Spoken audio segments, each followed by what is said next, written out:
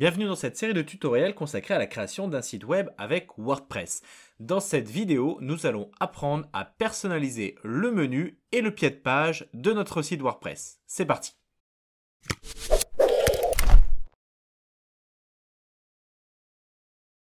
Alors, dans cette vidéo, nous allons venir personnaliser notre menu ainsi que notre pied de page, donc la partie que vous trouvez en bas de votre page qui s'appelle également un footer. Avant de commencer, nous allons rapidement créer 3 pages. Donc ces pages, nous n'allons pas les personnaliser, nous allons juste les créer afin d'avoir un peu plus de contenu pour notre menu. Donc une première page que nous allons nommer Paddle, que nous allons venir publier. Et cette page, nous allons tout simplement venir la dupliquer. Une page que nous allons venir nommer Surf, nous allons la publier. Et enfin, une page que nous allons venir nommer Bodyboard. Donc ces 3 pages pourraient correspondre à nos 3 activités. Et nous allons venir la publier.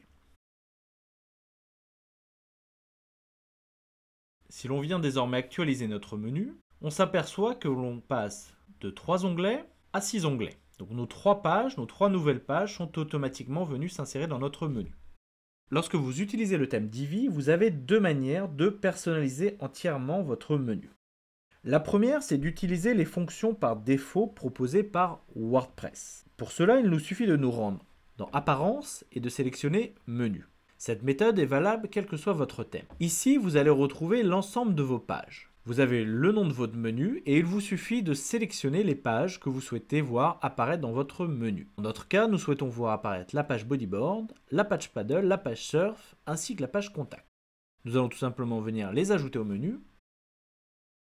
Et nous allons les réorganiser. Nous allons par exemple mettre le bodyboard en premier, le surf en deuxième, le paddle en troisième position et notre page contact en dernière position. Vous pouvez également renommer les intitulés. Donc on voit par exemple que notre page contact a été orthographiée sans un C majuscule. Donc nous allons tout simplement venir changer le titre de la navigation. Si nous enregistrons, notre menu est désormais constitué de 4 pages, bodyboard, surf, paddle et contact. L'onglet Menu va vous permettre de joindre les pages que nous souhaitons voir présentes dans notre menu principal. Une fois celle-ci sélectionnée, il est possible de venir personnaliser le format de l'entête et du menu primaire. Pour cela, il vous suffit de vous rendre dans Apparence, Personnaliser, Entête et Navigation. Alors, dans Entête et Navigation, vous avez 5 éléments. Le format de l'entête va vous permettre de choisir le type de menu que vous souhaitez. Vous avez différents styles d'entête qui vous sont proposés. À vous de choisir le modèle qui correspond le mieux à votre site web. Nous allons rester sur un modèle par défaut. La barre de menu primaire va vous permettre de modifier le menu statique qui s'affiche en haut de page. C'est-à-dire, lorsque vous défilez votre page, vous voyez que vous avez un effet qui est appliqué au menu. En réalité, les caractéristiques liées à votre barre de menu quand elle est située en haut de page se modifient depuis la barre de menu primaire. Lorsque vous commencez à dérouler votre page et que votre menu change, les caractéristiques de ce nouveau menu, en quelque sorte, seront à modifier dans Paramétrage de la barre supérieure. La barre de menu secondaire est une petite barre qui apparaît sur certains sites. Vous la retrouverez en haut de votre menu primaire. De notre côté, nous n'en avons pas créé, donc nous n'allons pas y toucher. Enfin, les éléments de l'entête sont différents éléments que vous pouvez rajouter dans votre menu. De notre côté, ce que nous allons faire, c'est déjà enlever la loupe de recherche. Alors, la loupe de recherche peut être très intéressante si vous avez un site conséquent. Là, en l'occurrence, nous n'avons que 5 pages, donc elle n'a aucune utilité. La loupe de recherche se situe dans Éléments de l'entête, donc nous allons tout simplement venir désélectionner l'icône.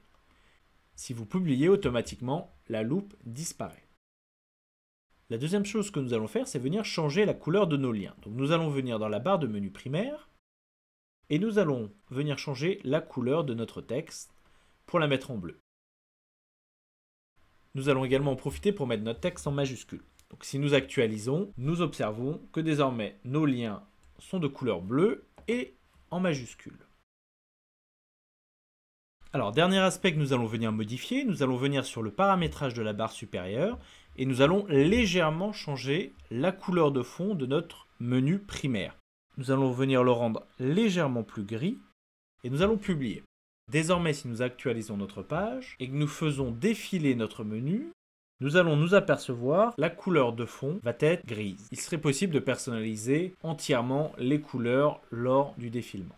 Voilà pour notre menu. Nous allons nous attarder désormais sur le pied de page. Le pied de page, c'est cette ligne que vous voyez apparaître en bas de toutes nos pages. En général, quand vous téléchargez un thème WordPress, le pied de page représente une ligne de crédit sur laquelle vous allez retrouver notamment le thème que vous utilisez et l'expression propulsée par WordPress. Cette ligne de crédit n'a aucune utilité pour votre site, ça le rend même amateur. Donc, ce que l'on va faire, c'est tout simplement, on va venir la modifier.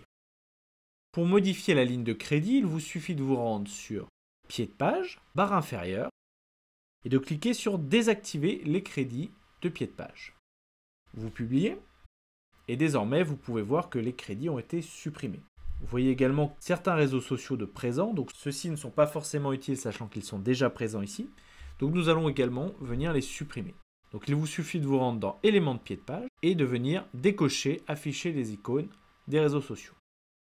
Désormais, notre pied de page est entièrement vide. À nous par la suite de venir le personnaliser. Donc cette méthode pour modifier le menu et le pied de page, c'est la méthode par défaut proposée sur WordPress. Divi depuis sa version 4.0 est venu intégrer un autre moyen de modifier l'ensemble de ces éléments que vous allez pouvoir personnaliser intégralement et sans avoir à recourir à du code. Donc pour cela, il vous suffit de vous rendre dans Divi et de sélectionner Theme Builder.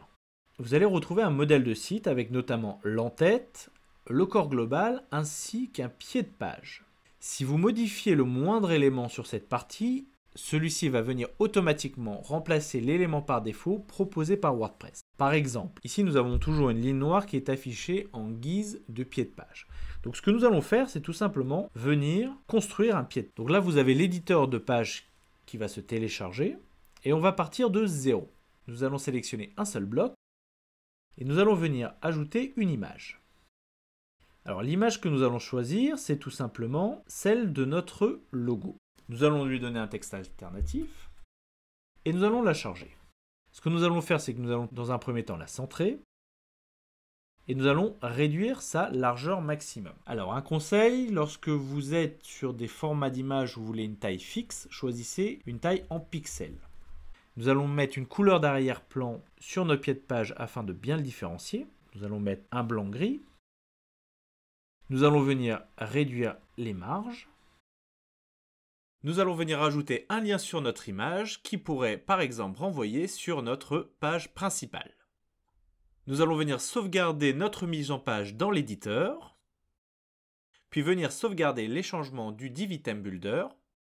Et là automatiquement, vous pouvez voir que Divi va venir remplacer le pied de page par défaut proposé par WordPress par notre propre création. Nous venons donc de personnaliser notre menu ainsi que notre pied de page en toute simplicité. Si vous souhaitez de votre côté créer un menu ou un pied de page plus complet, il vous sera entièrement possible de le faire à l'aide du builder proposé par Divi. Notre site WordPress est désormais structuré et dans les prochaines vidéos, nous allons voir comment l'optimiser. À tout de suite.